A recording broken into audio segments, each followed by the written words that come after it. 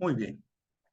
Entonces, jóvenes, el día de hoy vamos a estar platicando sobre el derecho notarial o el derecho de notariado, le llaman algunos. A mí me gusta más decirle más derecho notarial. Vamos a estar platicando sobre el derecho notarial. ¿En dónde está regulado el derecho notarial en Guatemala? Pues principalmente está regulado en el decreto número 314 del Congreso de la República. Y este decreto 314 se refiere al Código de Notariado. Antes de este código había una ley de notariado y habían otro montón de leyes que regulaban cuestiones notariales. Entonces, lo que buscan los legisladores cuando crean este código es unificar todas las normas notariales en una misma ley, en un mismo cuerpo legal. ¿Verdad? Y eso lo exponen aquí en los considerandos. Si leemos el primer considerando, establece que se hace necesario la reforma de la actual ley de notariado, la que estaba en ese tiempo, toda vez que contiene disposiciones que son rémora para la libre y pronta contradicción. ¿Ah? Contratación, perdón. Que es imperativo modernizar los preceptos de la referida ley y unificar en un solo cuerpo claro y congruente todas las disposiciones que se refieren a la actividad notarial. ¿Estamos bien? Entonces, básicamente esos son los motivos por los que los legisladores crearon este código. Este código no está dividido en libros, como los otros códigos que hemos visto, sino que este está dividido en títulos. Entonces tenemos el título primero, este se refiere a los notarios, ¿verdad? Notarios, allá en el artículo 1 en adelante. Luego, a partir del artículo 8, se dan cuenta, son cortitos los títulos, ¿verdad? El primer título es de 7 artículos. El segundo título empieza en el artículo 8 y se llama protocolo. Aquí regula lo referente al protocolo. En un momentito vamos a ver qué es eso del protocolo.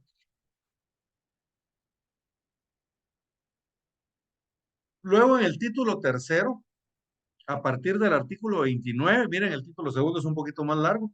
A partir del artículo 29 tenemos instrumentos públicos, el título tercero. Miren, instrumentos públicos. Como su nombre lo indica, lo que regula acá es lo relativo a las escrituras matrices, a los instrumentos públicos en los que hacemos constar los contratos. Son a las que normalmente les llamamos las escrituras públicas, ¿verdad? Pero esta realmente el nombre técnico son escrituras matrices, ¿verdad? Escrituras matrices. Así es como se deben llamar. Entonces aquí están los requisitos y las formalidades, tanto eh, esenciales como las normales, digamos, ¿verdad? Las formalidades y las formalidades esenciales relativas a los instrumentos públicos. Tenemos algunas reglas que se aplican a dichos instrumentos, por ejemplo, nos establece qué tengo que hacer con los títulos que debo razonar, etcétera, ¿verdad? Y aquí también contiene las obligaciones notariales, el famoso artículo 37. ¿Verdad? Que este artículo es el que establece las obligaciones de presentar los testimonios especiales, los avisos de escritura cancelada y los avisos trimestrales al Archivo General de Protocolos en los plazos establecidos de la ley.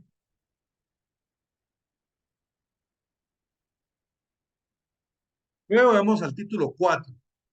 El título 4 son las formalidades especiales para testamentos y otras escrituras. Son formalidades para escrituras también, solo que aquellas que acabamos de ver en el artículo 29 en adelante eran formalidades en general para todas las escrituras. Ahora acá, en este título regula formalidades que son especiales para ciertas escrituras, para el testamento y otras escrituras. Testamento, donaciones por causa de muerte. Aquí están algunas formalidades, por ejemplo, para las sociedades. La escritura de sociedad anónima, la escritura de sociedad de responsabilidad limitada. En comandita, aquí están esos requisitos. la cédula hipotecaria, la prenda agraria, etc. En el título 5 tenemos lo relativo a los testigos. ¿Verdad que los testigos son unos auxiliares del notario que pueden auxiliar al notario en los casos que determina la ley? En su momento vamos a ver cuáles son. Este es bien cortito, 3 artículos.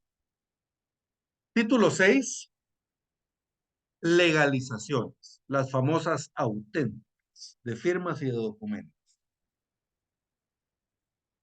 Título 7, las actas notariales. Estas son bien importantes porque, por ejemplo, los procedimientos de jurisdicción voluntaria, estos todos se tramitan por actas notariales. Todo lo que sea se va a llevar a cabo en acta notarial. Menos las resoluciones, que esas se van a redactar de forma discrecional. Pero todo lo demás se debe llevar a cabo en acta notarial. Título 7. Título 8, protocolaciones. Esto es cuando yo necesito insertar un documento dentro del protocolo, ya sea por requerimiento de parte o por disposición de la ley. También por orden judicial, pues. 9, título 9, testimonios. ¿Bien? Testimonios. Allá en el artículo 37 se refería a los testimonios especiales.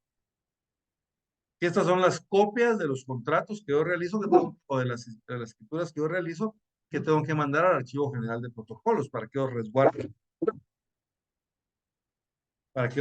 esa copia. Acá se refiere a los testimonios, así a o los que algunos le llaman el primer testimonio. Entonces, el testimonio es el que nos va a servir para registrar, para inscribir en los registros públicos y extenderle a nuestros clientes. Para eso sirven los testimonios.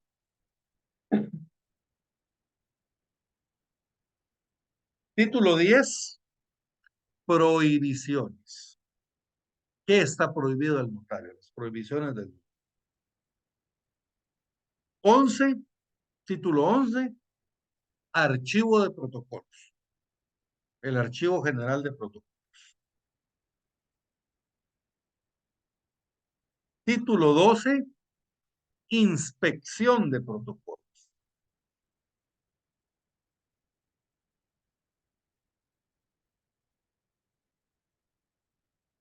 Título 13, reposición de protocolos. Título 14, sanciones y rehabilitaciones. Y el título 15, este se refiere al arancel. Y luego tenemos un título 16, que son las disposiciones finales. Entonces, miren, ahí tenemos toda la estructura del código de notaría. Este código, jóvenes, se lo tienen que aprender de pies a cabeza, de pe a pa, como decía mi abuelita, ¿verdad?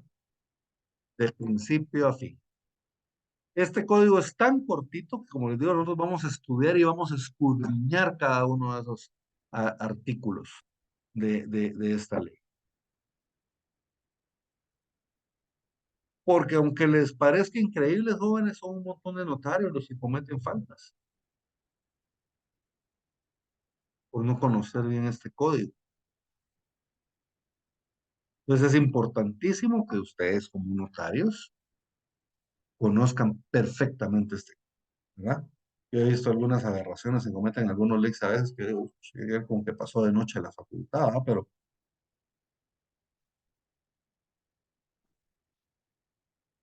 nosotros, como les digo, lo vamos a escudriñar. Bien, yo les tengo preparada una presentación, jóvenes.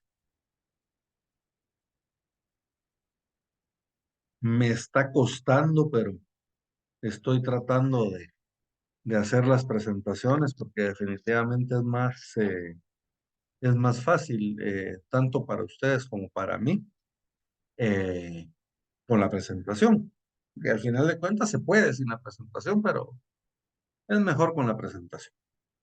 Bien, el derecho notarial. ¿Qué es el derecho notarial?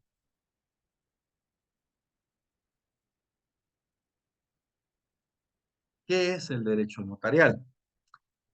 El derecho notarial ya vimos nosotros que está regulado en el decreto 314.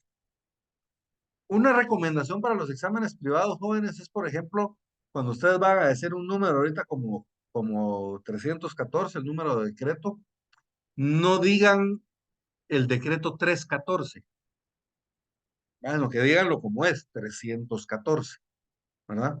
O por ejemplo, a veces nos pasa con los artículos.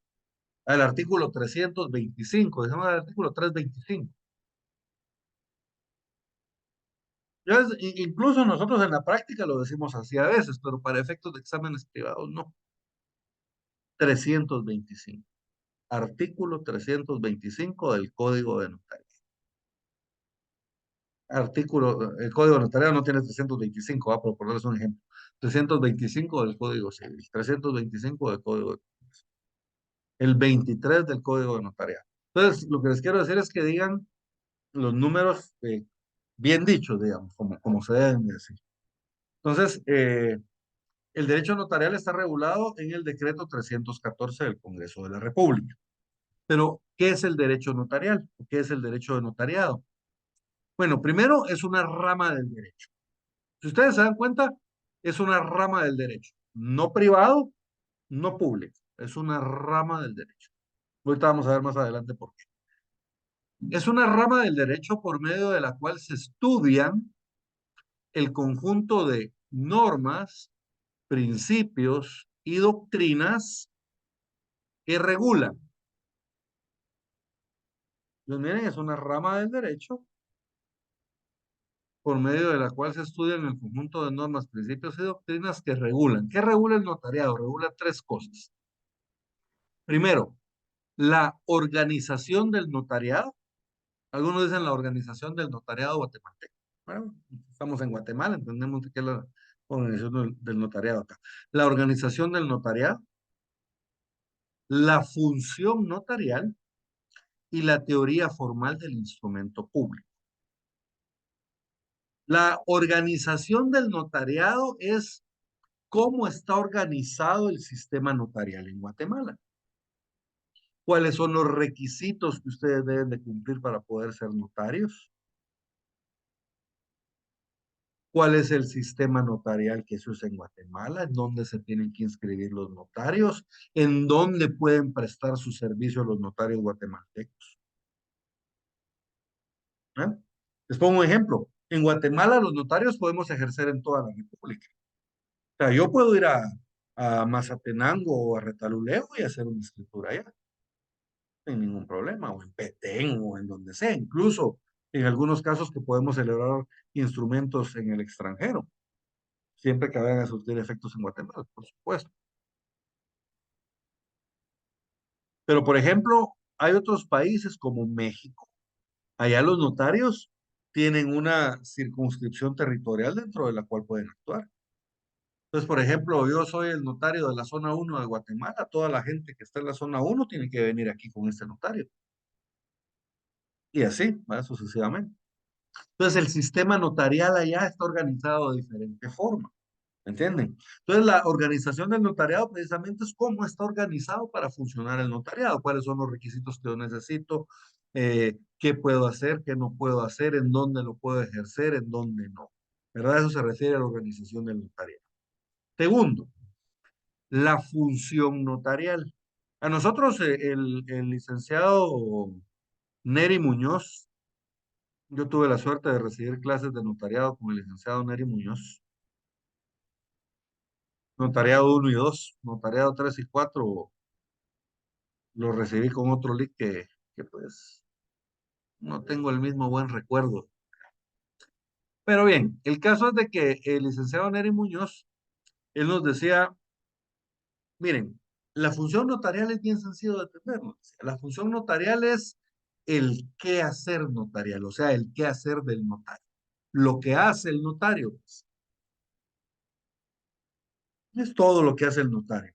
Asesorar a los clientes, hacer las escrituras, inscribirlas, hacer las actas, formar los expedientes, etc.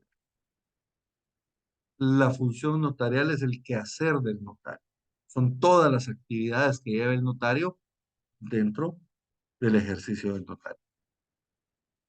Y tercero, la teoría formal del instrumento público. La teoría formal del instrumento público se refiere a todos aquellos requisitos establecidos en la ley que debemos observar dentro de los instrumentos públicos. Es la teoría formal del instrumento.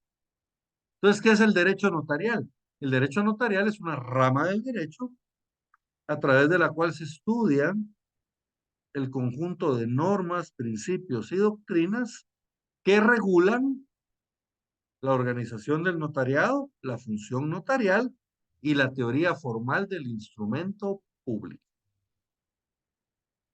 ¿Estamos bien?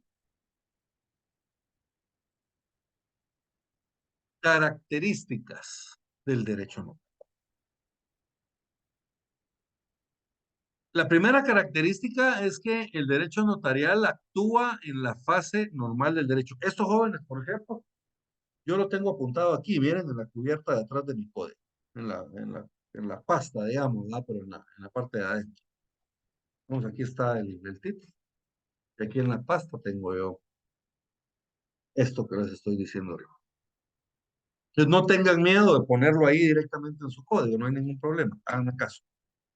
Entonces miren características. La primera característica es de que el derecho notarial actúa en la fase normal del derecho. ¿Qué quiere decir que actúa en la fase normal del derecho? Quiere decir de que aquí no hay conflicto entre las partes, no hay litis, no hay pleito, no hay conflicto. Para poder actuar en el ámbito del derecho notarial, las partes tenemos que estar de acuerdo.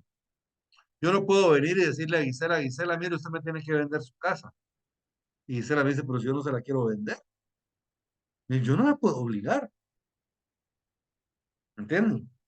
Tenemos que ponernos de acuerdo ella y yo para poder actuar en la fase notarial. O por ejemplo, fallece una persona y los hijos deciden llevar a cabo el proceso sucesorio intestado o testamentario, cualquiera de los dos, es lo mismo. Deciden llevar a cabo el proceso sucesorio intestado. Si todos se ponen de acuerdo, se puede llevar notarialmente. Acuden a un notario y el notario realiza el trámite del proceso sucesorio y el notario lo resuelve. Pero ¿qué pasa si uno solo de los hermanos no está de acuerdo y se opone a realizar el trámite? Entonces, en este caso, ya en el momento en que surge el conflicto, el notario ya no puede seguir conociendo. El notario se inhibe de conocer y debe remitirlo ante el juez competente. Y es ser el juez el que siga conociendo de dicho proceso. Entonces, a eso me refiero con que el notario actúa en la fase normal del derecho. O sea, la fase normal del derecho quiere decir que no hay litis, no existe un litigio entre las partes. ¿Estamos bien? Segunda característica, confiere certeza y seguridad jurídica a los hechos y actos solemnizados en el instrumento público. Ahora, ¿a qué se refiere eso? Confiere certeza y seguridad jurídica. Certeza quiere decir que nosotros podemos tener la absoluta seguridad de lo que está escrito en el instrumento público es verdad. Eso es la certeza. ¿Sí? Lo que ahí está plasmado es verdad y a mí no me queda ninguna duda que eso es verdad. Y la seguridad jurídica tiene que ver con la permanencia del documento. El documento va dentro del protocolo, ese documento queda ahí plasmado para siempre. El notario le puede extender las copias que necesite, pero el original siempre le queda al notario. Entonces, miren, esa certeza y seguridad jurídica devienen de algo que tiene el notario, que vamos a ver más adelante, que se llama fe pública. La fe pública que el Estado de Guatemala le confiere al notario. ¿Sí? Y entonces, como el que está autorizando ese instrumento es un notario, nosotros tenemos la certeza de que eso es verdad. Y tan así es de que ese documento autorizado por el notario en juicio produce fe y hace plena prueba. No la tiene que calificar al juez, la ley la califica por él, plena prueba. ¿Se acuerdan cuando vimos procesal civil? Entonces, miren, le confiere certeza y seguridad jurídica a los hechos y actos solemnizados en el instrumento. Todo hecho o acto que esté plasmado en el instrumento público, tenemos la certeza de que es verdad. Y tenemos la seguridad jurídica de que eso realmente se realizó. A eso se refiere esa segunda característica. Tercera característica. Esta es interesante, fíjense. Aplica el derecho objetivo condicionado a las declaraciones de voluntad de las partes. ¿Qué es aplicar el derecho objetivo, jóvenes? Son todas aquellas normas que están reguladas en el Código Civil, por ejemplo, o en el Código de Comercio. Yo les decía, esas son normas sustantivas. Esas son normas sustantivas que las vamos a aplicar mediante el derecho adjetivo, que es en este caso el derecho notarial. Entonces, aplica el derecho objetivo condicionado a las declaraciones de voluntad de las partes. Las partes vienen y les indican a ustedes qué quieren realizar. Mire, Lick, me quiero casar. Mire, Lick, quiero comprar una casa. Mire, Lick, quiero hacer un mandato. Mire, Lick, quiero... ¿ah? Algunos, digamos, por ejemplo, tuve el caso de un señor que me decía, mire, mira vos, Lick, me decía, mira vos, Lick, yo le quiero pasar la casa a mis hijos, pero como los patojos, vos sabés de que son cabrones. Entonces yo lo que quiero es no quedarme desamparado. Y no quiero que quede desamparada mi mujer,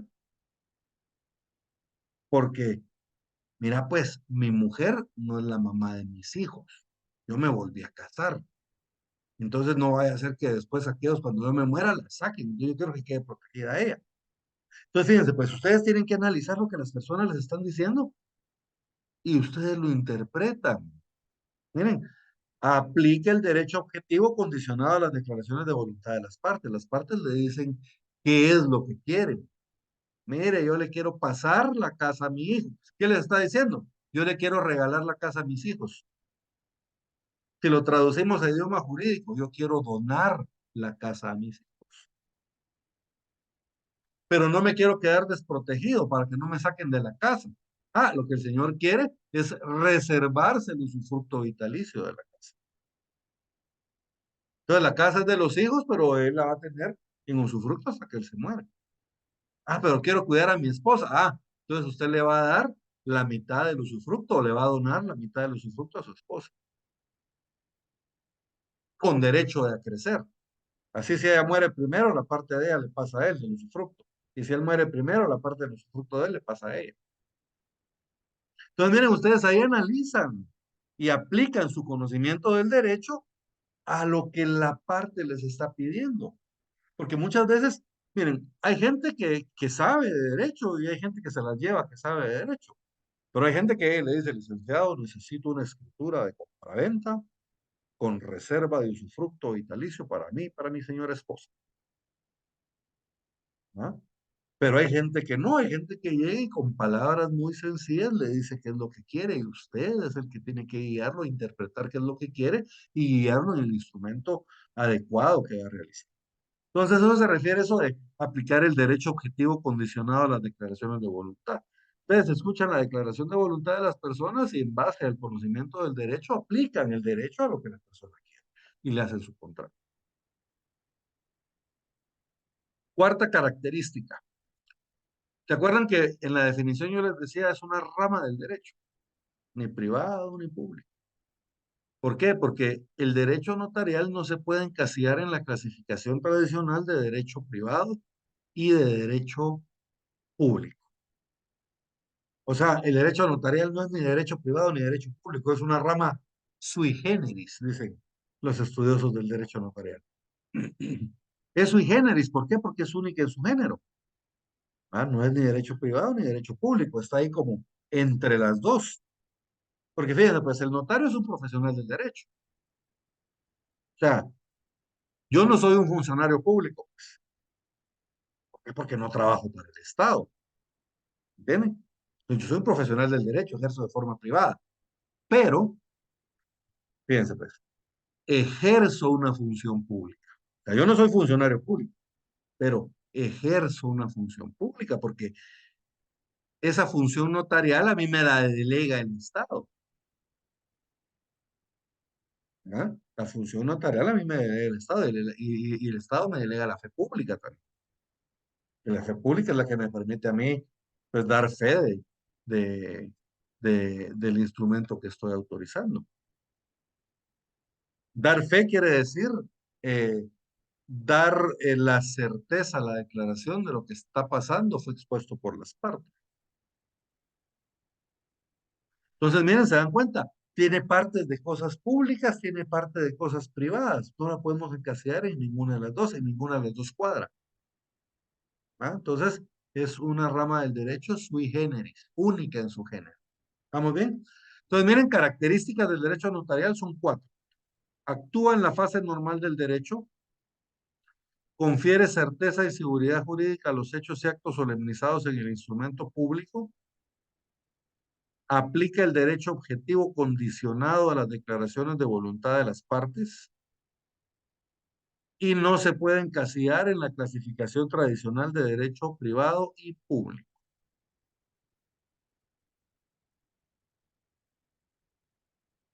Principios del derecho notarial.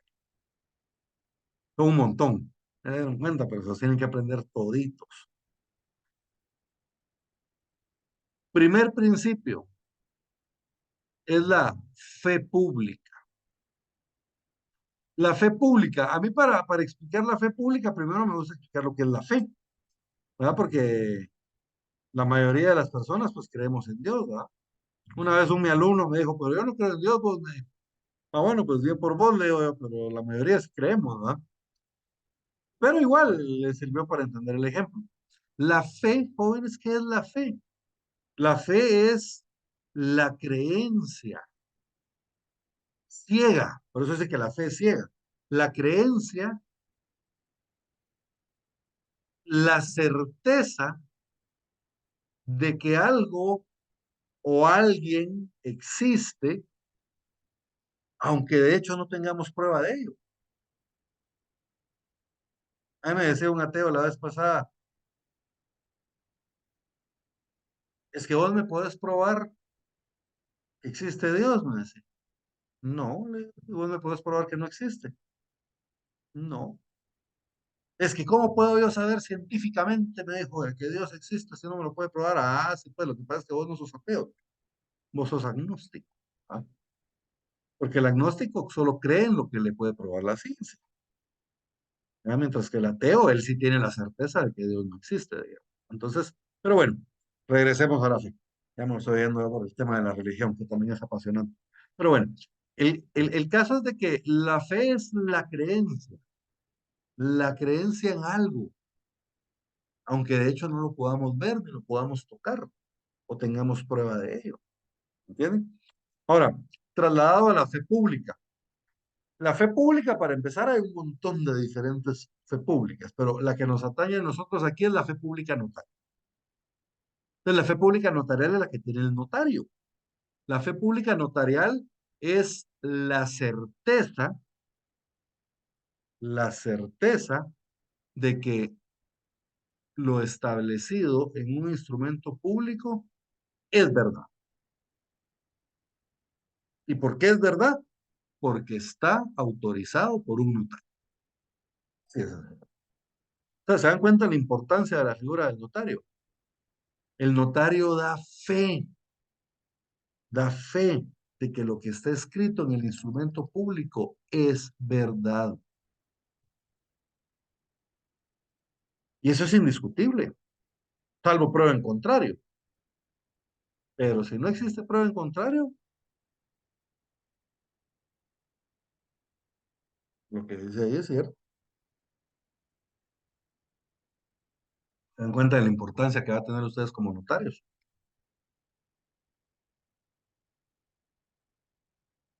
La fe pública, miren, la creencia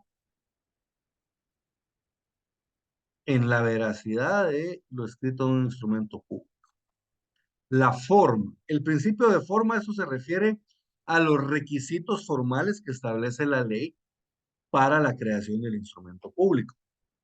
Por ejemplo, en el artículo 8, no, en el artículo 13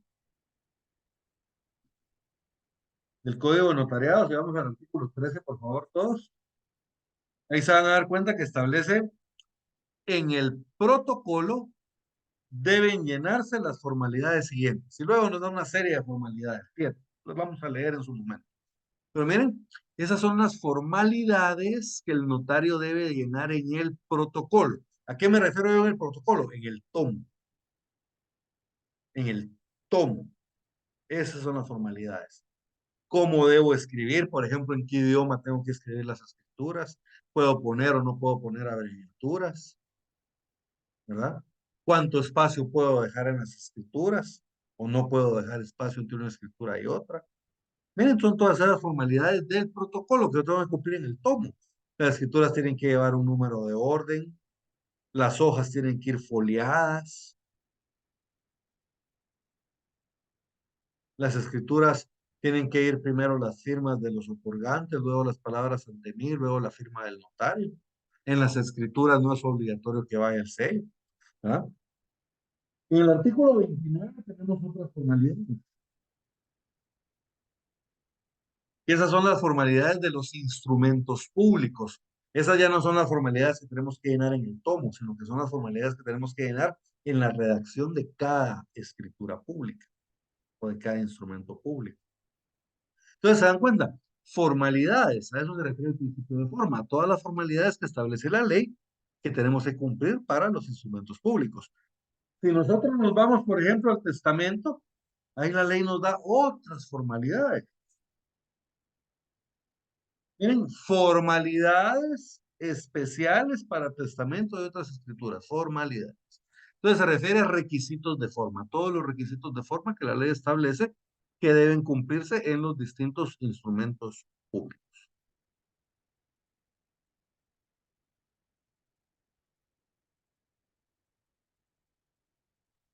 Autenticación. Autenticación, eso tiene que ver con la facultad que tiene el notario de autenticar los derechos de los clientes. ¿Verdad? Por ejemplo, si a mí una persona, por ejemplo, me acredita la propiedad de un bien, entonces yo tengo derecho a verificar los documentos en los registros públicos para establecer que sean los correctos. Luego tenemos el principio de inmediación.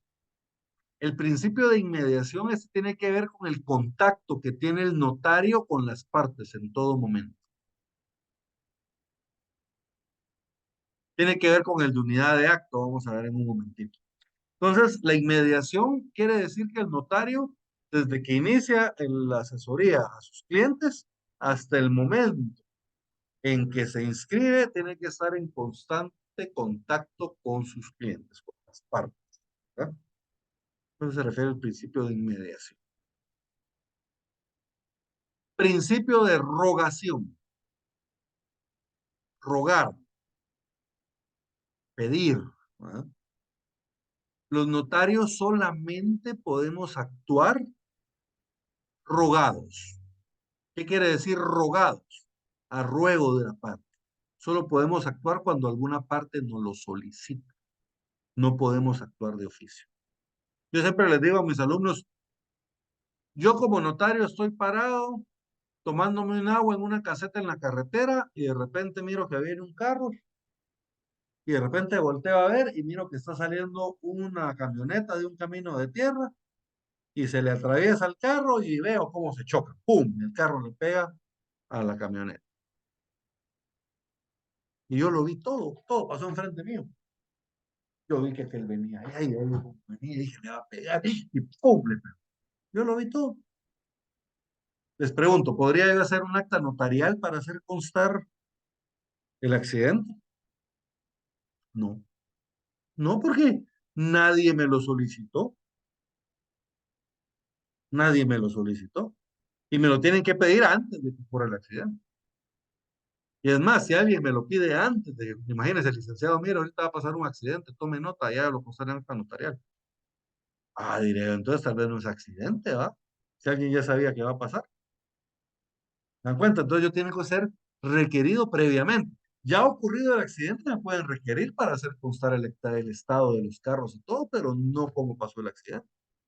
En todo caso, yo podría ser testigo del proceso judicial que, que, que resulte de dicho accidente, ¿verdad? Pero lo que les quiero decir es de que para que el notario pueda actuar, tiene que ser rogado, tiene que ser a solicitud de parte, tiene que ser previamente, antes, ¿verdad? Previamente solicitado por alguna de las partes, la intervención del notario. Consentimiento. El notario, para que el notario pueda hacer constar el acto contrato, las partes deben dar su consentimiento unánime. Todos tienen que estar de acuerdo. Si una sola de las partes no está de acuerdo, no se puede realizar el contrato notarial. Consentimiento. Unidad de acto. Unidad de acto se refiere a que el instrumento público desde el principio, ¿qué quiere decir? Desde que yo escribo número uno, las primeras palabras que van en la escritura, hasta que el instrumento se firma por el notario. Todo eso se tiene que hacer en un solo acto. No puedo yo, por ejemplo, hacer la escritura y luego llamar a mis clientes y decir, miren, ya está la escritura, vengan a firmar. Y que llegue hoy un cliente, mañana llegue el otro y al día siguiente en la mañana lo firma el notario. Eso es ilegal.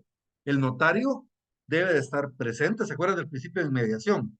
Él tiene que estar presente y en contacto con las partes en todo momento.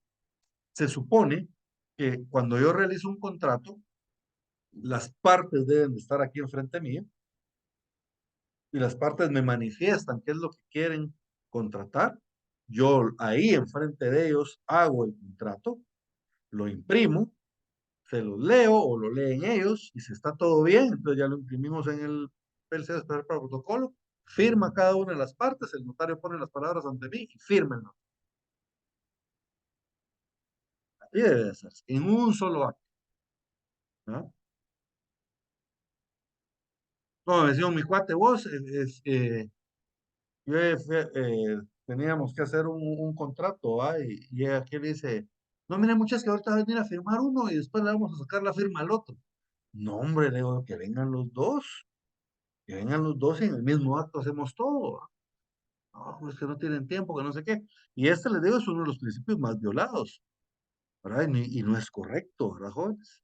Correcto es de que ustedes hagan el contrato ahí en el momento frente a sus clientes y en un mismo acto se firme, ¿verdad? Desde el principio hasta el fin debe hacerse en un solo acto.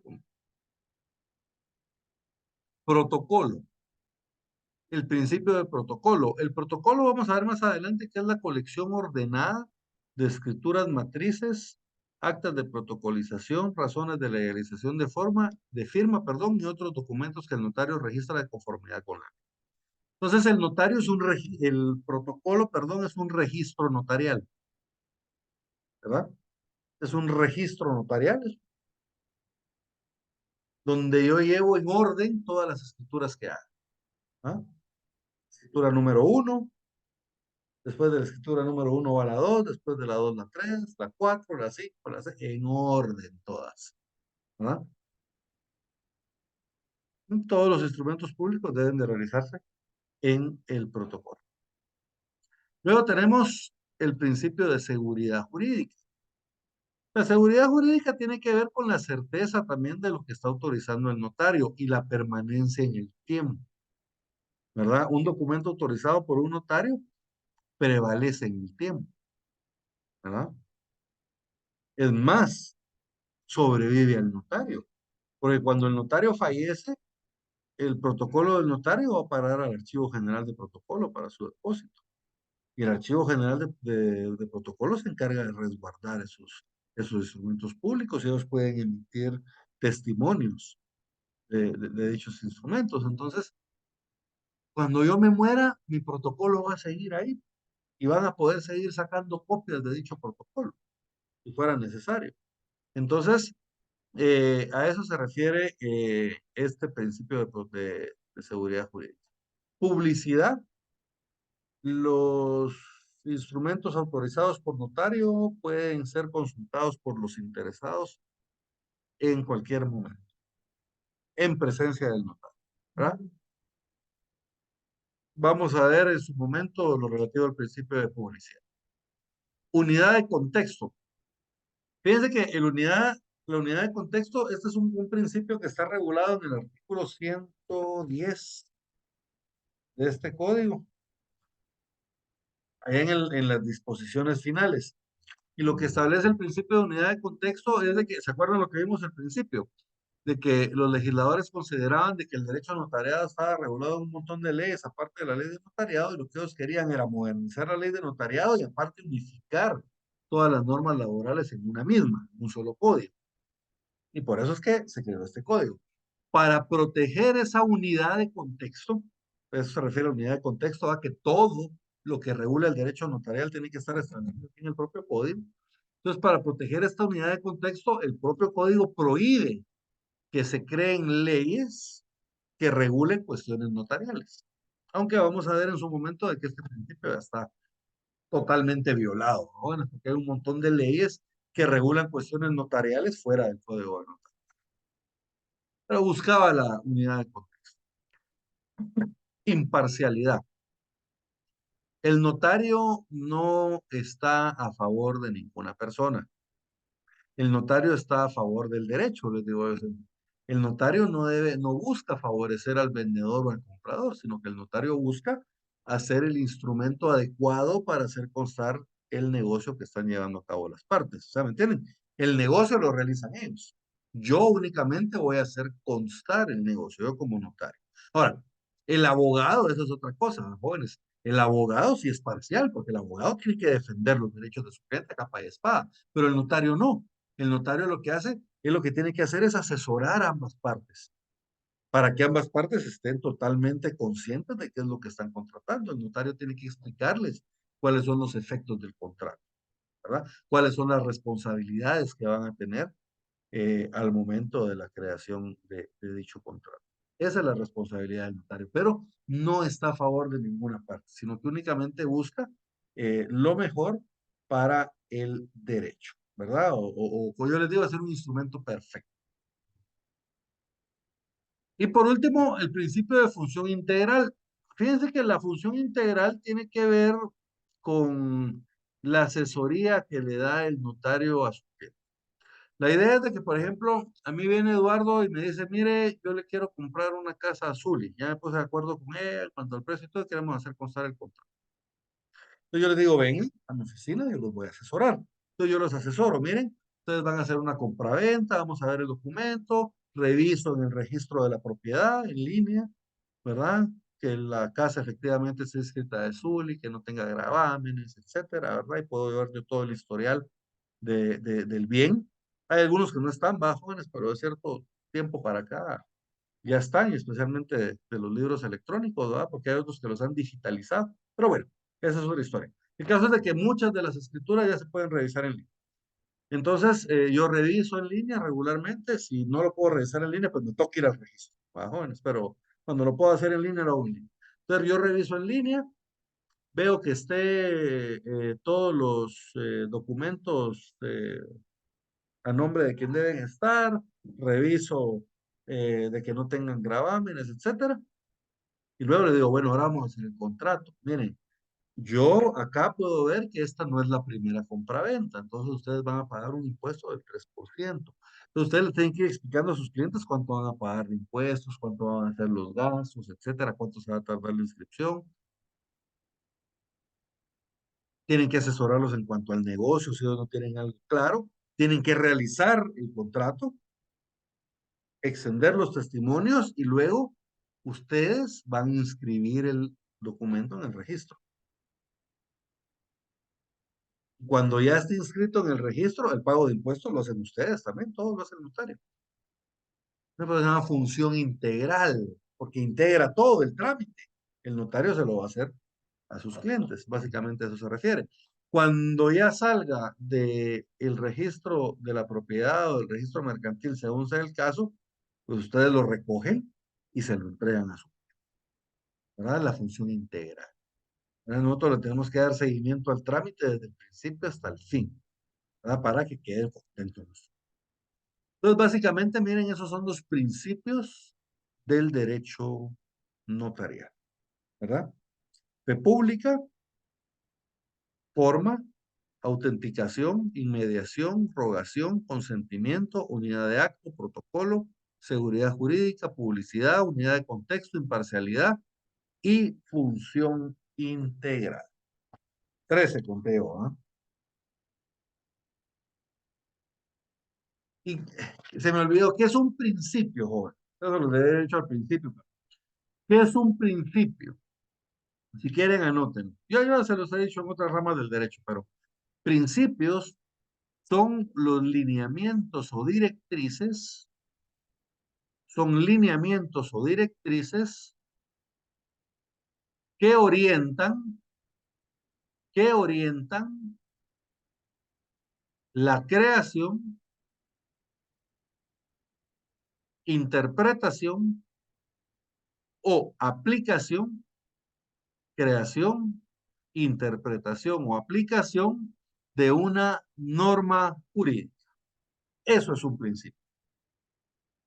Entonces son lineamientos o directrices que inspiran en la creación, interpretación o aplicación de una norma jurídica.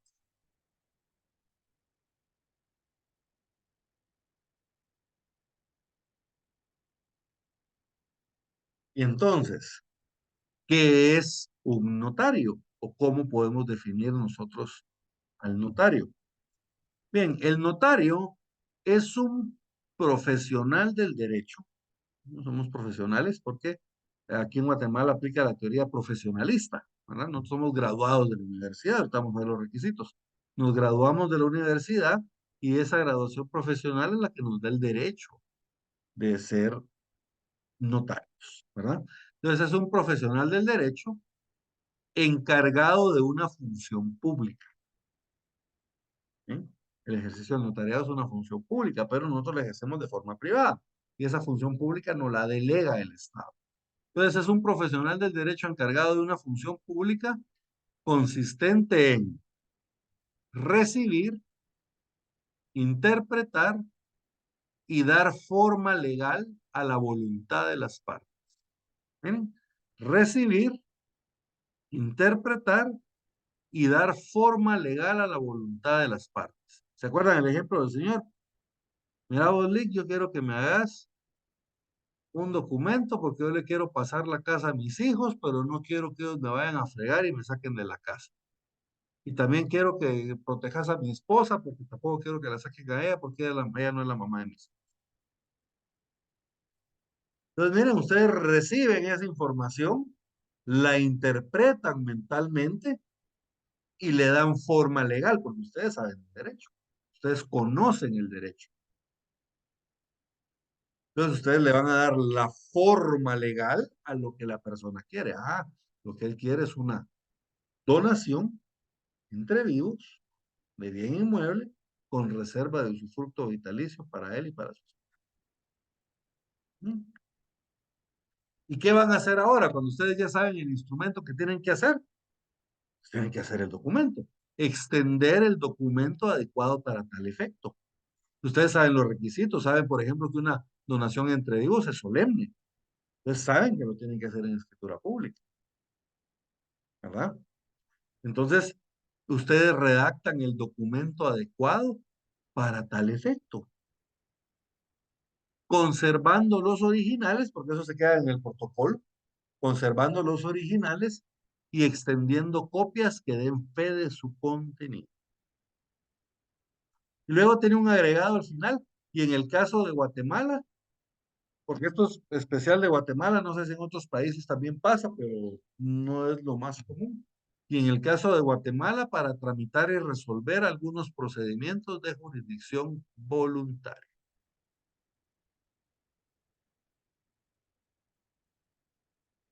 ¿Mm? Por ejemplo, el cambio de nombre.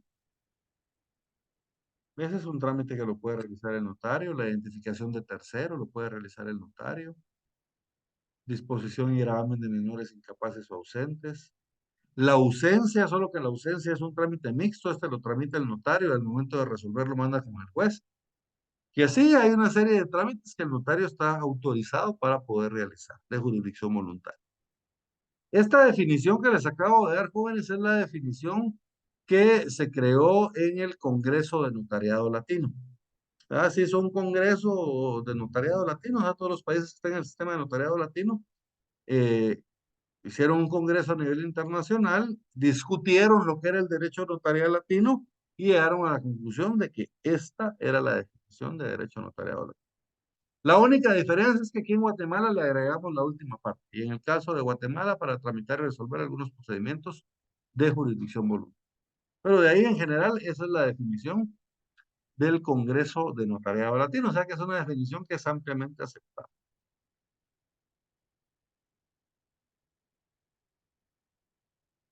Muy bien. Artículo 1. En el artículo 1, aquí tenemos plasmados nosotros los principios de fe pública y de rogación.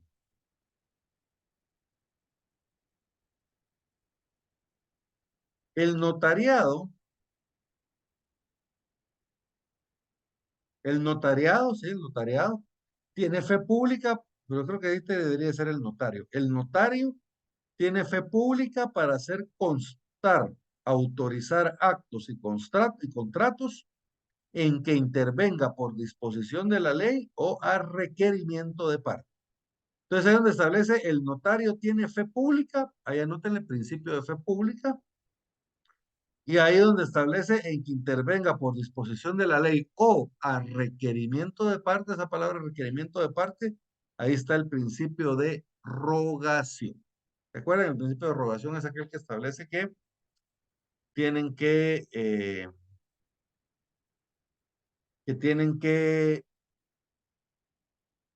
ser a solicitud de parte que actúen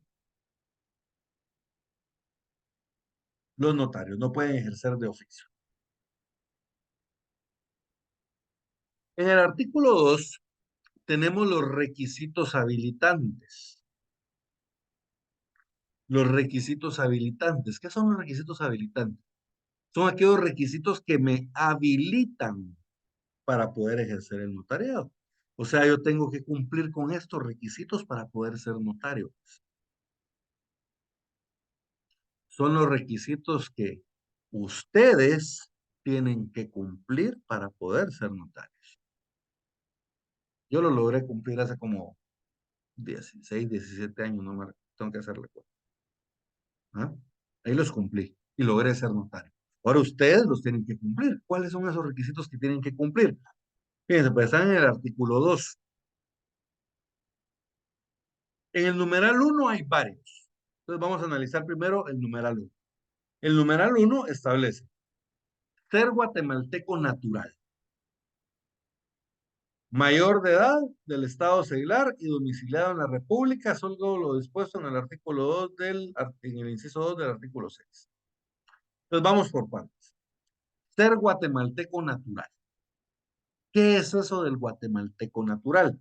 Bien, la constitución política de la República anterior, la que estaba antes de nuestra constitución política, le llamaba guatemaltecos naturales a los guatemaltecos de origen, a los que ahora les llamamos guatemaltecos de origen. Entonces, habían guatemaltecos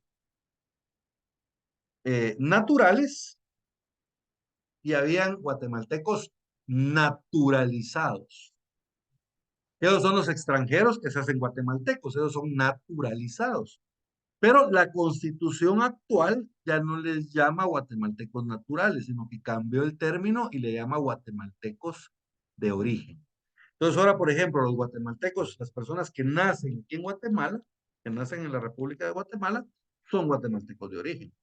O por ejemplo, los que nacen en el extranjero, pero son hijos de padres guatemaltecos, son guatemaltecos de origen. ¿Quiénes más son guatemaltecos de origen? Los centroamericanos. Los centroamericanos, por ejemplo, Si un salvadoreño, un hondureño, un nicaragüense se domicilia en Guatemala, entonces adquiere la nacionalidad guatemalteca, pues se naturaliza. Él no se le va a tener por guatemalteco naturalizado, él se le va a tener por guatemalteco de origen. Si él adquiere la nacionalidad guatemalteca, su nacionalidad va a ser de origen, ¿verdad? De esa cuenta es, por ejemplo, aquí en Guatemala hace algunos años hubo un candidato que se llamaba Jacobo Arbenz Vilanova, que él era hijo de aquel presidente revolucionario de la Revolución del 44, que era Jacobo Arbenz Guzmán. Pero este Jacobo Arbenz Guzmán, él estaba casado con una, no me acuerdo el nombre de la señora, pero era de apellido Vilanova, que era salvadoreña, y ellos cuando cayó la revolución, ellos se exiliaron. Y este señor nació en Costa Rica, o sea, él era tico, ¿ah? Pero él cumplía dos requisitos. Uno, era hijo de guatemalteco, y dos, era costarricense, era parte de la Unión Centroamericana, la Federación Centroamericana. Entonces ellos son guatemaltecos de origen, ¿ah? Igual, el que está candidato a presidente, Bernardo Arévalo, casualmente hijo del otro presidente revolucionario, ¿verdad? De Juan José Arevalo Bermejo. Yo no tengo la certeza, jóvenes, porque no he visto los documentos, pero dicen que él nació en Uruguay. Y estaban haciendo la araca de que sí, es que él es un uruguayo, iba a ser presidente. ¿Cuál es el problema? Su papá era guatemalteco. Entonces él es guatemalteco de origen, no hay ningún problema. Puede ser presidente. La Constitución Política de la República establece guatemalteco de origen. Y la misma Constitución establece que los hijos de guatemaltecos nacidos en el extranjero son guatemaltecos de origen. Entonces el señor Bernardo Arevalo, que nació en Uruguay, es guatemalteco de origen. ¿Por qué? Porque su papá es guatemalteco. Yo creo que la mamá también, ¿verdad? Entonces puede participar. ¿Por qué? Porque es guatemalteco. Entonces, guatemalteco de origen. Miren, ya les expliqué quiénes son los guatemaltecos de origen. Segundo requisito, mayor de edad. ¿Quiénes son mayores de edad, jóvenes? Las personas mayores de 18. ¿Podría un menor de 18 años graduarse de abogado? Podría, pero va a poder ejercer el derecho hasta que cumpla la mayoría de edad. Ahora, a los 18 años normalmente estamos iniciando la carrera, ¿va? Normalmente. Yo la inicié a los 19, creo. Yo la inicié a los 19. Tercer requisito, del estado seglar. ¿Quién sabe qué es eso de ser del estado seglar?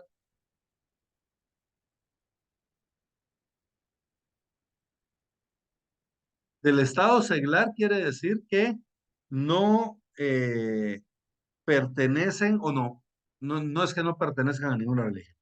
Me corrijo. Es que ustedes no son ministros de culto de ninguna religión, ¿verdad? O sea, digamos, si alguien es sacerdote de la Iglesia Católica, no puede ejercer el notariado. Si alguien es pastor de una iglesia evangélica, no puede ejercer el notariado. Ya tienen que ser del estado seglar. Y Lic, una pregunta, ¿dónde dice eso del estado seglar? en el número uno, en el numeral uno, ser guatemalteco natural, mayor de edad, del estado Ah, ya, seglar, ya, ya lo leí, gracias. del estado seglar. Entonces, miren, estado seglar quiere decir de que ustedes no son ministros de culto, ¿verdad?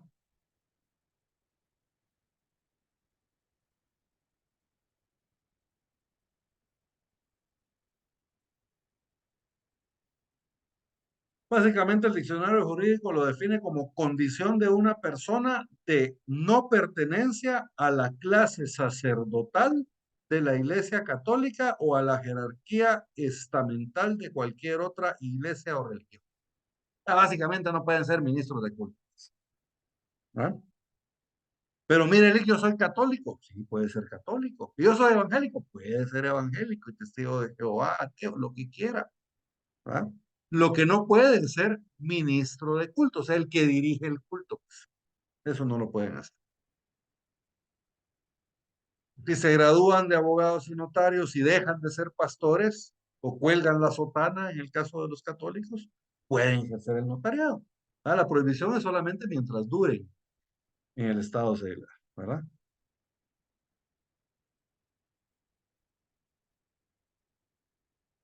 Y la siguiente es interesante. Miren, domiciliado en la República. Domiciliado en la República. Pero ¿se acuerdan que cuando estudiamos Derecho Civil nosotros vimos de que el domicilio era la circunscripción departamental en la que persona finca su residencia? Pero ¿por qué aquí dice domiciliado en la República? Bien, porque el notario, o sea, tiene que tener su sede notarial en la República de Guatemala, en cualquier lugar de la República. Pero ¿qué significa esto? Esto de domiciliado en la República, en la doctrina se le conoce como deber de residencia. Lo voy a anotar aquí en el chat. Miren, en la doctrina se le conoce como deber de residencia. ¿Y qué es eso del deber de residencia o estar domiciliado en la República? Quiere decir que el notario guatemalteco puede ejercer en toda la República de Guatemala. ¿Se acuerdan lo que les decía hace un momento? Hay sistemas notariales que son de números clausus o son cerrados. ¿Qué quiere decir? Que tenemos una determinada cantidad de notarios autorizados. Por ejemplo, aquí en Guatemala, por decirles algo, hubiera un notario autorizado por cada zona. Habrían como 25 notarios. Y cada uno tendría asignado un lugar para poder ejercer su trabajo, una circunscripción territorial. Así es en México, así es en Perú. Pero en Guatemala no. En Guatemala podemos ejercer libremente el notariado. Yo lo puedo ejercer en Guatemala, en Escuintla, en Petén, en Suchitepeques, en donde sea, en cualquier lugar. Incluso a lo que se refiere el numeral 2 del artículo 6, lo puedo ejercer en el extranjero. ¿Verdad? Yo ya he ejercido en el extranjero un par de veces. ¿Verdad? Me han contratado para ir a firmar un contrato en Estados Unidos, por ejemplo. En Estados Unidos fue que me tocó. A otros amigos les ha tocado en Nicaragua, en Costa Rica, en Panamá, ir a firmar contratos. A mí solo Estados Unidos. Entonces, eso es domiciliado en la República. Miren, ¿qué quiere decir de que el notario puede ejercer el notariado en todo el territorio nacional?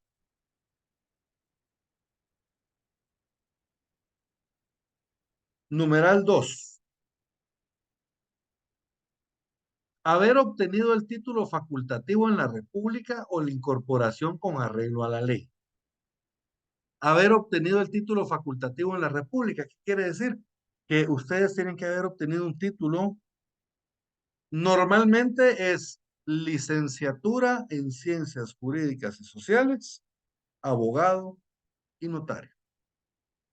Normalmente ese es el título. Hay algunos que cambian un poquito la primera parte de la licenciatura, ¿va? Pero en general son licenciados en ciencias jurídicas y sociales, ¿va? Un título. Y los otros dos son abogado y notario. El título de abogado nos permite ejercer la abogacía y el título de notariado nos permite ejercer el notariado. Entonces, miren, en este caso el que nos importa es el título de notario. Tenemos que haber obtenido el título de notario en alguna de las universidades autorizadas en el país. Actualmente ya son un montón más jóvenes. Cuando yo estudié todavía eran 5, cuando yo estaba en la universidad. Para cuando yo estudiaba los privados ya eran 8. Para cuando yo me gradué ya eran 15. Y ahora ya ni sé cuántas son más jóvenes. Hay un montón de universidades ya y eso implica que un montón de abogados también. Entonces, por eso tenemos que prepararnos bien para poder competir bien en esta jungla, ¿verdad, jóvenes? Entonces, miren, tienen que haber obtenido el título facultativo en la República, quiere decir, se graduaron en una universidad de la República, o hay otra opción, pueden haberse graduado en una universidad del extranjero.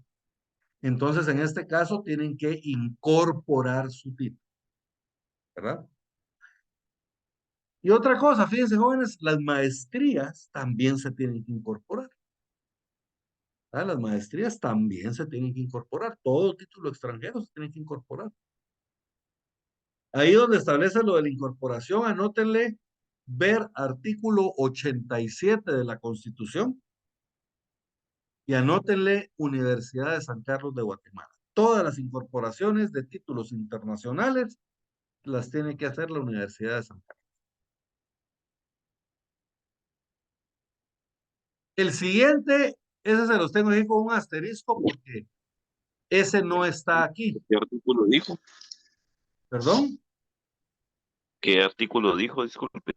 87. 87 de la Constitución. Ahí está la incorporación. Y la hace la Universidad de San Carlos.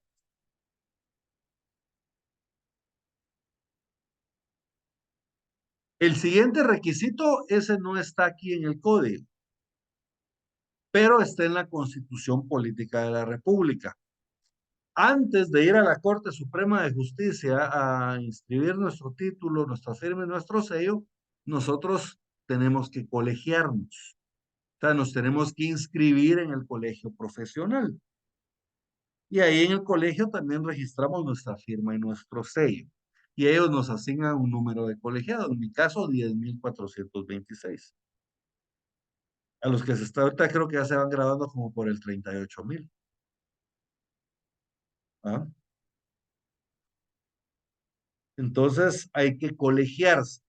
Entonces anótenselo ahí a un ladito, ¿verdad? Hay que colegiarse y anótenle ver 90 de la Constitución. Se los voy a anotar aquí en el chat.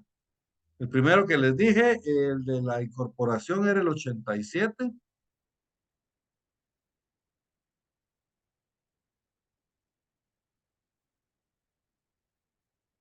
Y el de el colegio,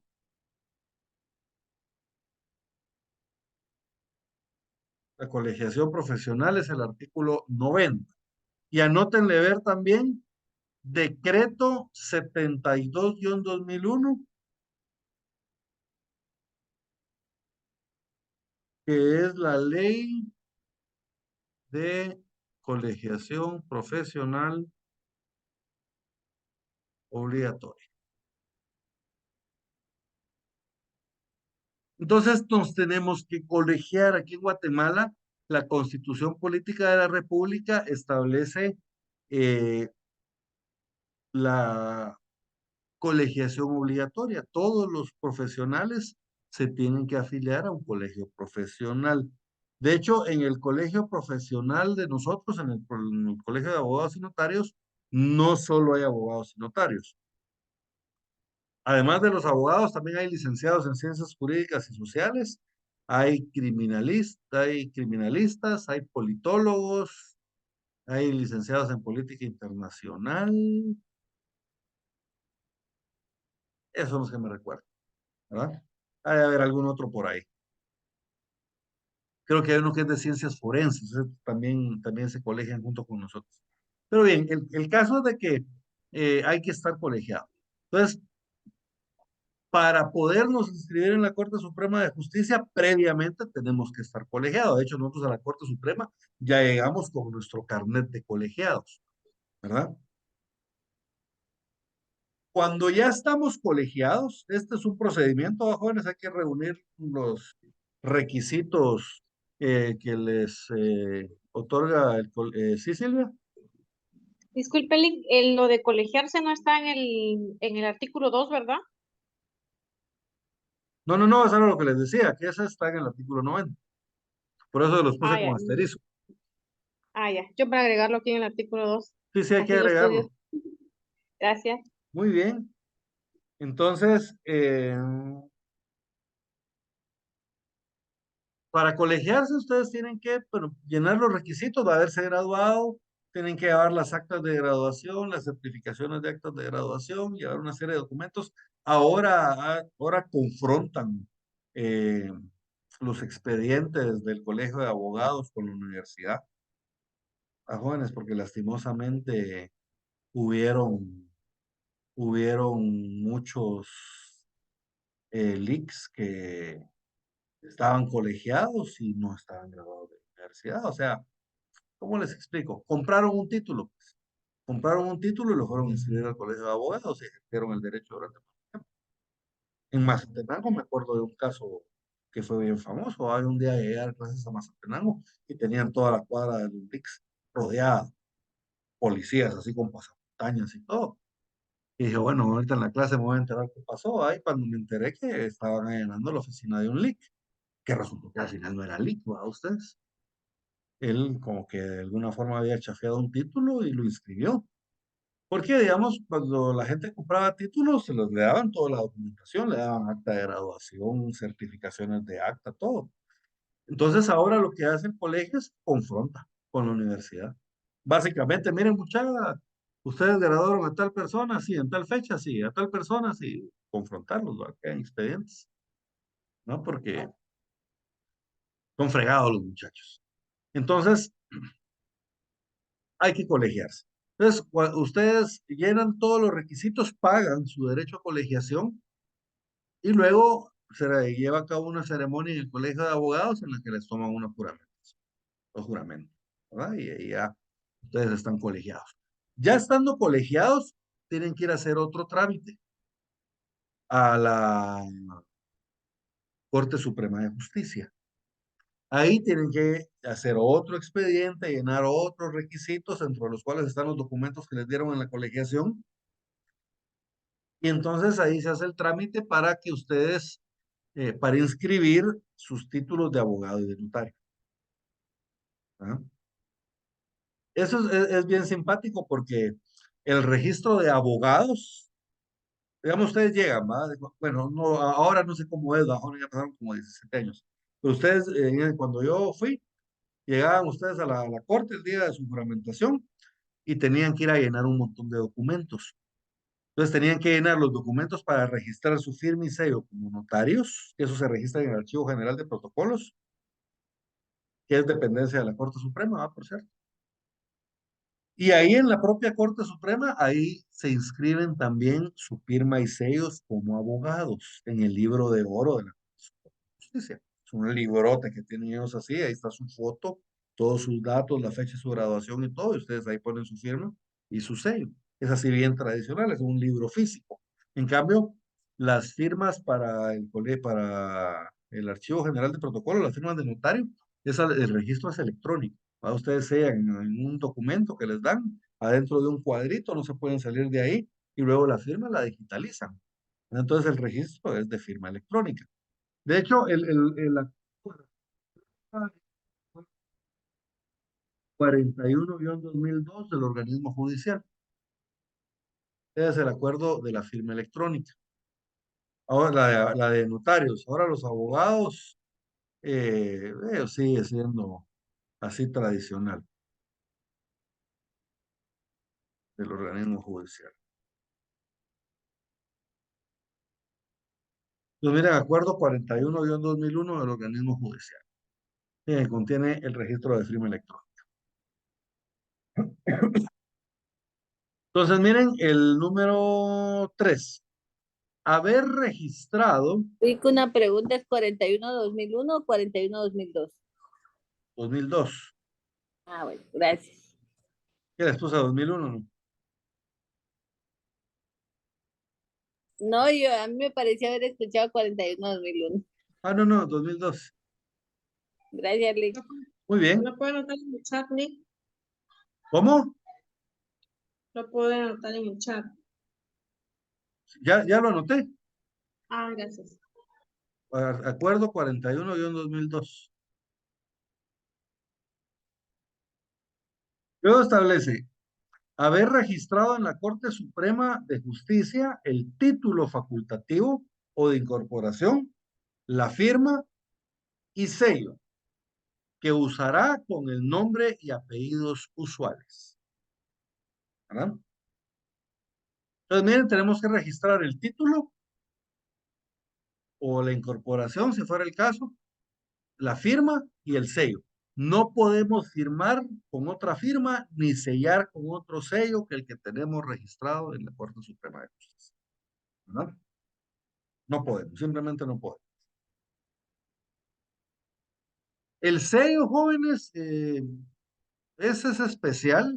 El sello, digamos, aquí no nos obligan a algún requisito especial para el sello. Algunos dicen licenciado. El mío, por ejemplo, el mío no dice licenciado, el mío dice LIC. Otto Guillermo Amado Halliday, abogado y notario. Hay algunos que le ponen, por ejemplo, mi amigo Javier, él no le pone ni lic ni licenciado. Pero Javier Alexander Romero del Valle, abogado y notario. Hay algunos, por ejemplo, que le ponen el número de colegiado. Yo no se lo puse porque para poder colegiarme ya tenía que tener el sello. Entonces, yo ya tenía el sello hecho cuando me asignaron el número de colegiado. Entonces, lo hubiera tenido que cambiar otra vez, entonces se quedó sin número de colegiado.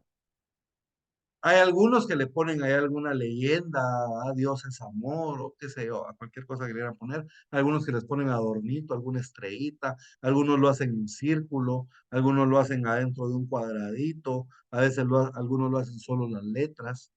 He visto unos que utilizan un sello de esos de presión, para esos que dejan marcada la hoja. Se miran bien chileros, pero a mí no me gustan porque no salen en las fotocopias. ¿Ah? Hay algunos que utilizan sellos con tinta verde, con tinta roja, con tinta azul. Yo utilizo tinta negra. ¿Por qué? La ley no nos exige. Lo único que nos exige la ley es con el nombre y apellidos usuales. Tiene que tener nuestro nombre y apellidos usuales. De ahí que más le pongamos. Yo veía, por ejemplo, un sello de un lic amigo mío de Nicaragua. Y, por ejemplo, ellos sí tienen que tener el nombre, el número de colegiado, dice, tiene que tener obligatoriamente República de Nicaragua, el escudo de Nicaragua en medio y Centroamérica abajo, y el título y el sello es redondo. Entonces, todo tiene que ser en un círculo. Entonces, es mucho, tiene más requisitos, digamos, el sello de ellos. El sello de nosotros, lo único que me exige la ley es que tenga el nombre y apellidos usuales. Y el último, jóvenes, ser de notoria honradez. Miren, ser de notoria honradez.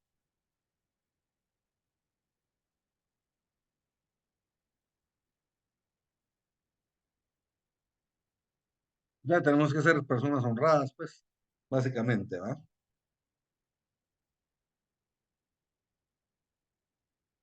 Causas de inhabilitación. Bien, estos requisitos que acabamos de ver, jóvenes, son los que nos habilitan para ser notarios. Para poder ser notarios tenemos que cumplir con estos requisitos. Ahora, ya siendo notarios, yo ya soy notario, ya ejerzo como notario. Hay algunas causas que me pueden inhabilitar para ser notario. Inhabilitar. ¿Qué quiere decir esto? Que yo voy a tener un impedimento para el ejercicio del notariado, pero ese impedimento es de carácter permanente. O sea, si termina la causa, yo no puedo ejercer el notariado. Tengo que ir a que me rehabiliten y ya rehabilitado, entonces puedo ejercer el notariado de nuevo. Eso se refiere que es permanente, ¿verdad? ¿Cuáles son las causas de inhabilitación? Las causas de inhabilitación las tenemos en el artículo 3 del Código de Notariado. Artículo 3. Tienen impedimento para ejercer el notariado, ahí pónganle ustedes causas de inhabilitación. Tienen impedimento para ejercer el notariado, 1, los civilmente incapaces. ¿Quiénes son civilmente incapaces, jóvenes? Se recuerdan, los menores de edad y las personas declaradas en estado de interdicción. Pero los menores de edad, ya vimos que no pueden ser notarios, porque uno de los requisitos para ser notario es ser mayor de edad. Entonces, a los que se refiere es a las personas declaradas en estado de interdicción. Si una persona es declarada en estado de interdicción, no puede ejercer el notariado.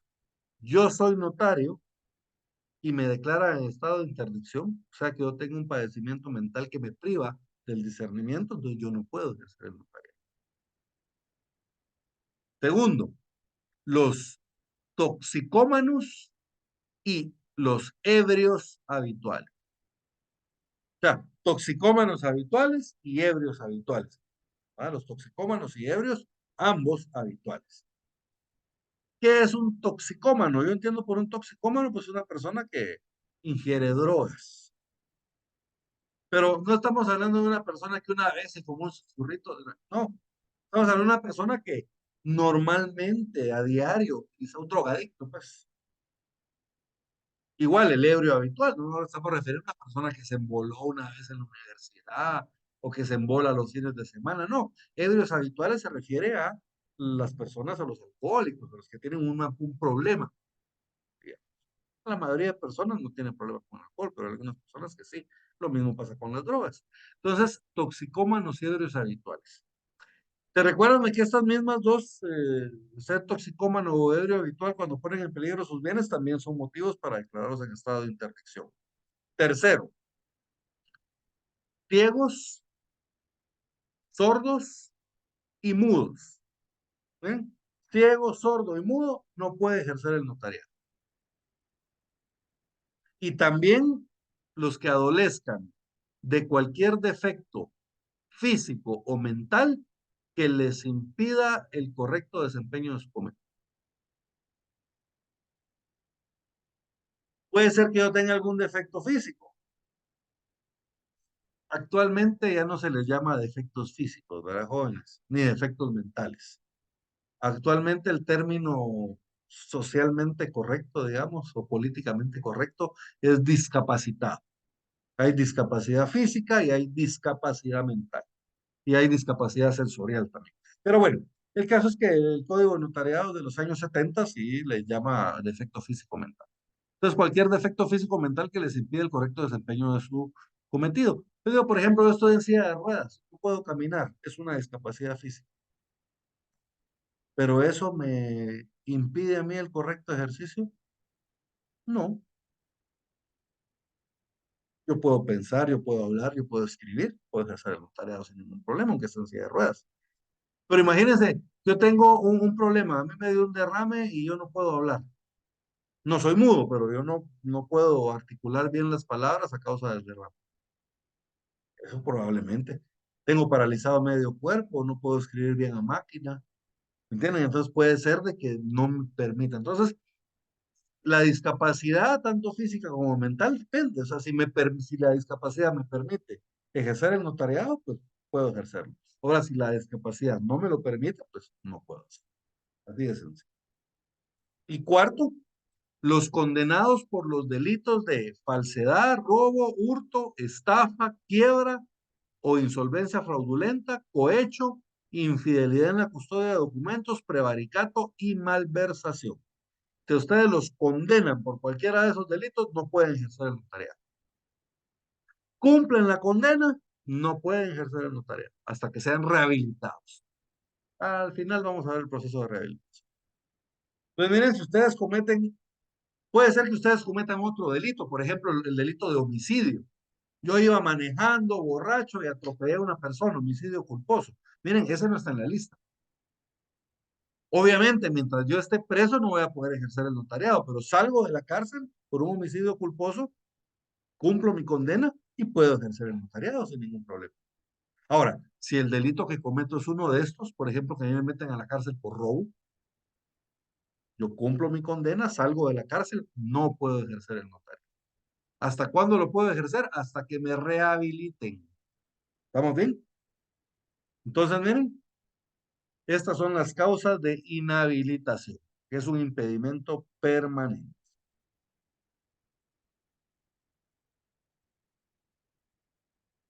Y luego tenemos las causas de incompatibilidad. Las causas de incompatibilidad también son impedimentos para ejercer el notariado, pero son de carácter temporal. ¿Qué quiere decir? Una vez estemos en esa causa, no podemos ejercer el notariado. Pero cuando la causa que nos impide ejercer el notariado termine, yo ya puedo ejercer el notariado sin ningún tipo de autorización ni rehabilitación especial, ¿verdad? Primero, ¿quiénes no pueden ejercer el notariado de forma temporal?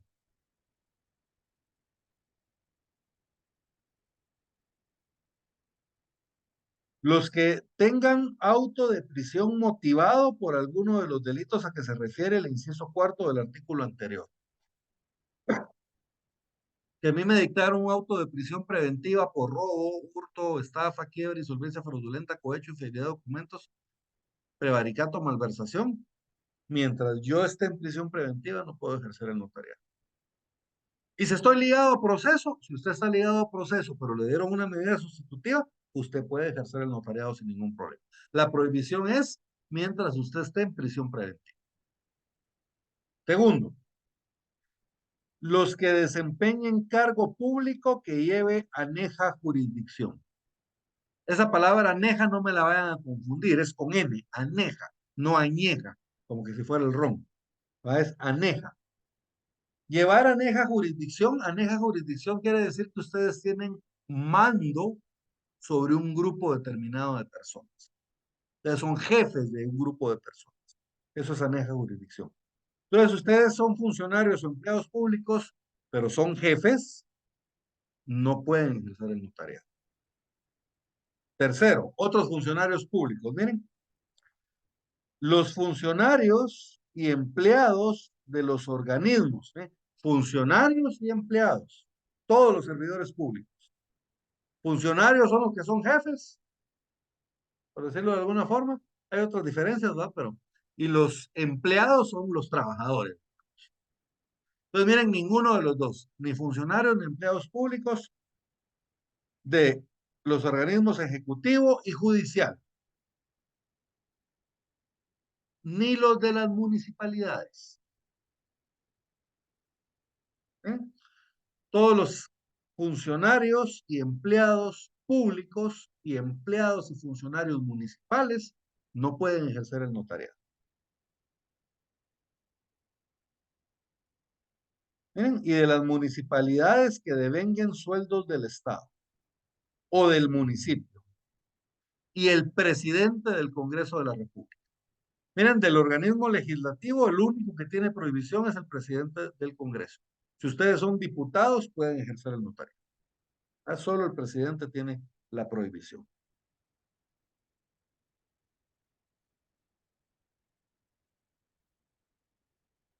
Y cuatro, los que no hayan cumplido durante un trimestre del año civil o más con las obligaciones que impone el artículo 37 del Código de Notariado. Esto se refiere a el artículo 37 tiene tres obligaciones.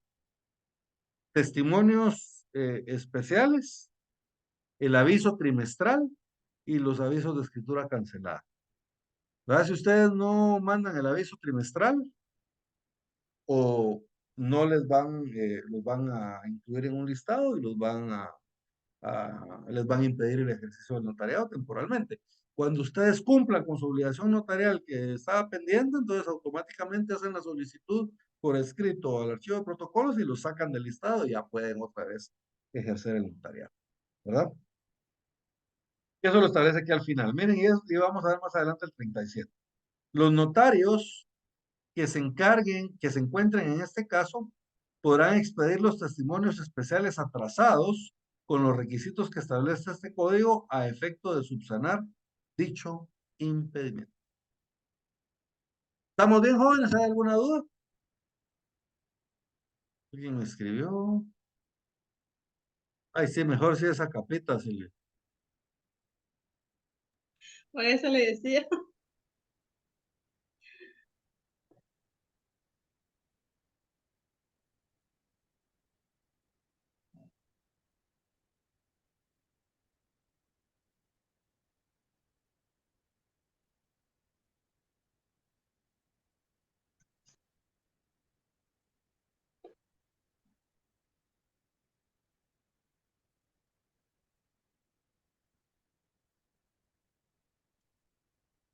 Muy bien. Jóvenes, no me había dado cuenta de la hora, son casi las 8:30 de la noche. Entonces, vamos a dejar la clase el día de hoy por acá. En la siguiente clase vamos a ver las excepciones.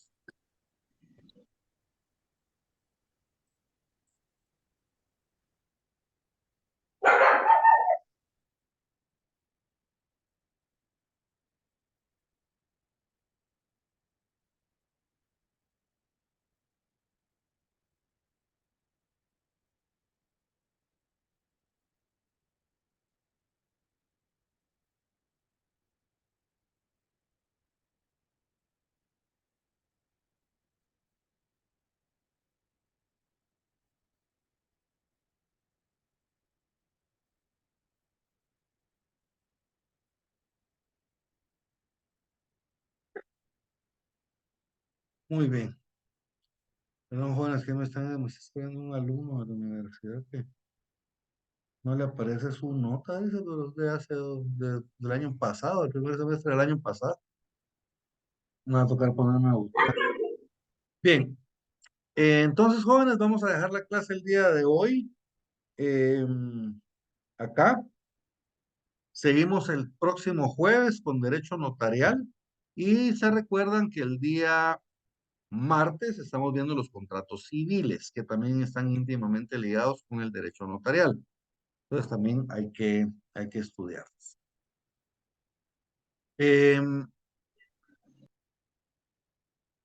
Muy bien, jóvenes, entonces vamos a dejarlos.